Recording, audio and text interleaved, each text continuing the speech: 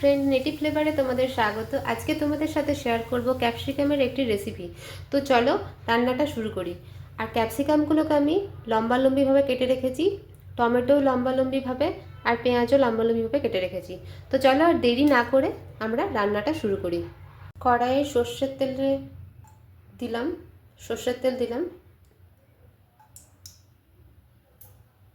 এরপরে দেব গোটা জিরে আর একটা গোটা শুকনো লঙ্কা ফোড়নে।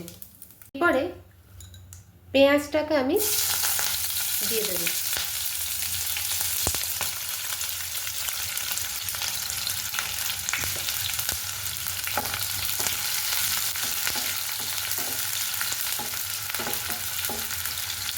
পেঁয়াজটা দেখো ভাজা হয়ে গেছে। এরপরে আমি ক্যাপসিকামটা দিয়ে দেবো।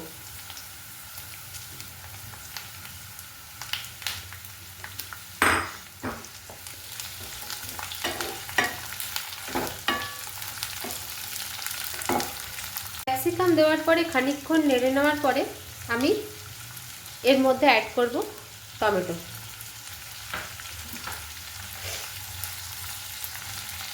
এরপরে আমরা দেব সামান্য পরিমাণে হলুদ গুঁড়ো,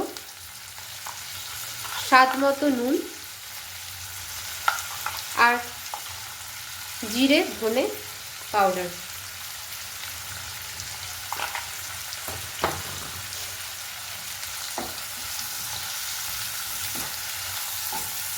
এরপরে দেব সামান্য পরিমাণে Kashmiri red chilli powder.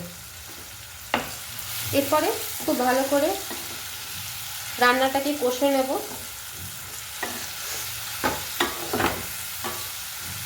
Minute দুয়েকের মতো কষে নেওয়ার পরে আমি খুব সামান্য পরিমাণে জল এর মধ্যে দিলাম। এরপরে কিছুক্ষণের জন্য আমি এটাকে ঢাকা দিয়ে রাখছি।